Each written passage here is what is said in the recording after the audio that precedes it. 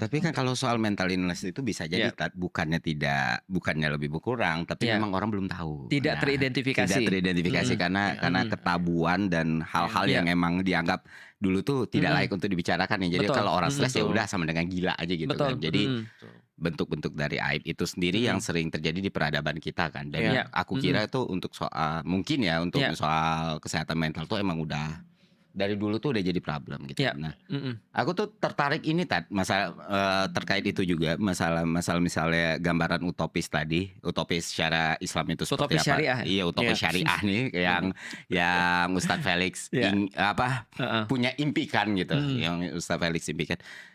Sebenarnya gini, yang aku tertarik adalah bagaimana dan kenapa Ustadz Felix yang awalnya maaf dari Katolik atau Katolik ketika pindah ke Islam terus punya mimpi segitu utopisnya. Padahal yang aku kira nggak semua, bahkan minoritas orang Islam, oke, dia menerima keislamannya, tapi nggak yang kayak Coki bilang tadi, jangankan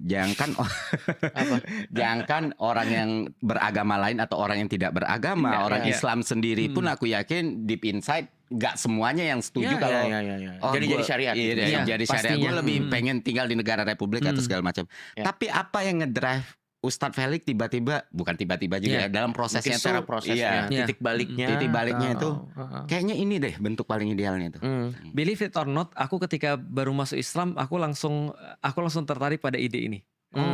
Justru jadi awal ya, jadi triggernya ya. Jadi aku sempat ateis, dan mungkin aku udah pernah banyak cerita ya dengan orang-orang ataupun di podcast yang lain. Dan ketika aku ateis itu ada satu hal yang paling aku nggak suka dengan agama, yaitu adalah agama itu kayak cuma religi doang, dan akhirnya membuat orang tuh jadi malas. Artinya menurutku ya, aku nggak pernah lihat ada orang beragama dan dia produktif.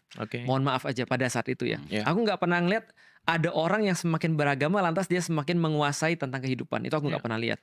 Artinya zaman sekarang juga sama sih, aku juga sedikit melihat yang kayak gitu ya.